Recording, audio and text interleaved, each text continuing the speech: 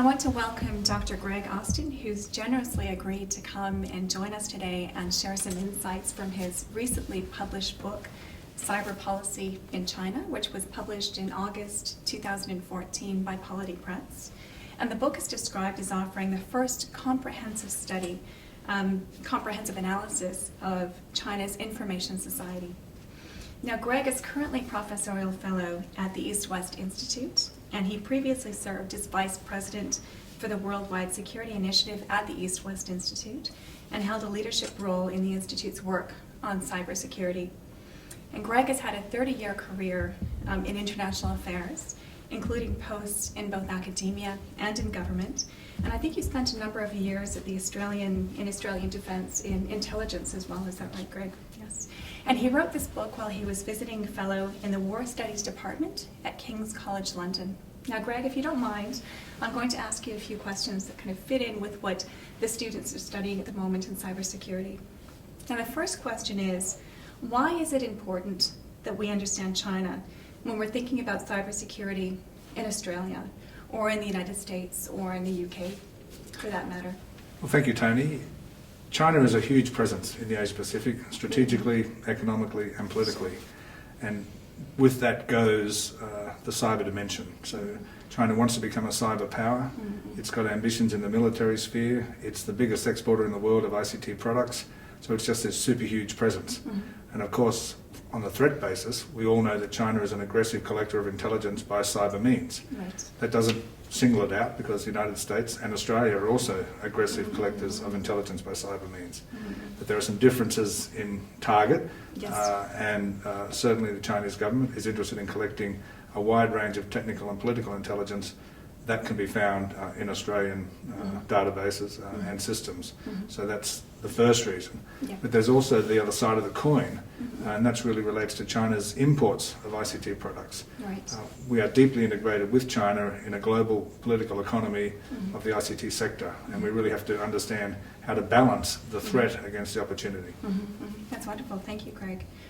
What do we need to know about China's information society? So I know that in the book, and it would take you hours to go through all of the insights that are actually in the book, but what are some main things to tell our students that we really need to learn about, that we need to know about China's information society? I think the most important thing, and this is really the focal point of the book, is that China has the ambition to become an advanced information society, where advanced ICT are used in all sectors, such as agriculture, health, medicine, education, to make the country powerful and highly productive in economic terms and in prosperity terms.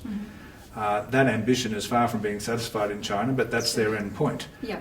And that makes China somewhat different from countries like Australia, who don't have such a highly articulated vision of the application of ICTs right across the society. In fact, China is the leading G20 country in terms of its commitment to what they call informatization. That's interesting. So it has that ambition. What is the likelihood, do you think, that it can realize that ambition? So I'm kind of looking to the future, gazing into a crystal ball for a moment. Well, China, of course, faces a lot of challenges. Its education system was completely wrecked during the Cultural Revolution. The majority of universities were closed and didn't reopen until 1976. They've had to restructure from new. But more importantly, in the IT sector, they didn't have software courses in the universities until the year 2000. There were only a few specialist military-related universities that had software courses before the year 2000. So everything they've done really in the last 15 or 20 years, and in some cases, the last 10 or 15 years. So they're catching up. They've got a long way to go. They were rated 62nd by the World Economic Forum in 2014 in terms of their information readiness, well behind other countries in the G20. But as I said, they've got a bigger ambition, a more articulated ambition than other G20 countries. Thank you for that, Greg. How are the Chinese netizens? It's over 400 million internet users, and I'm not sure if that's the right figure, but it's a figure that keeps coming up in the reading that I've been doing. How are they unique, or are they unique? Well, I think they definitely have characteristics that are different from our populations of netizens. I mean, on the one hand, there are studies that show that Chinese people use the internet more for entertainment and less for study and work or news compared with, say, their American counterparts. But in both cases, the figures are still over 50% for those for all of those uses. Yeah. So it's a bit hard to know whether that's a significant difference.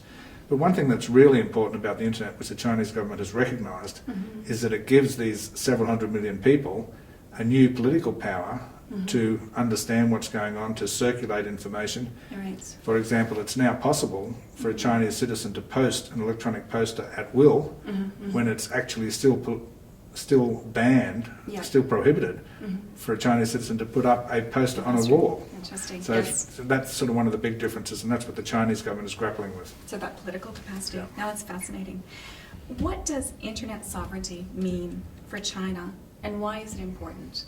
Well, I could build off that last point Yeah. about Please do. popular mobilisation. For the Chinese government, the fear of popular mobilisation that might somehow threaten the regime or bring it down is its biggest concern. And it wants what it calls internet sovereignty to help guarantee that. Yeah.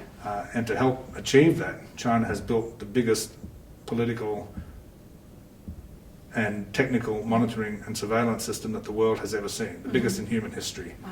Yeah. You know, there are not hundreds of thousands of people working in it, there are millions. There are people who are formally censors, and there are people who co-opted in the Communist Party, in universities or in private sector businesses who take part in the monitoring of people's internet traffic.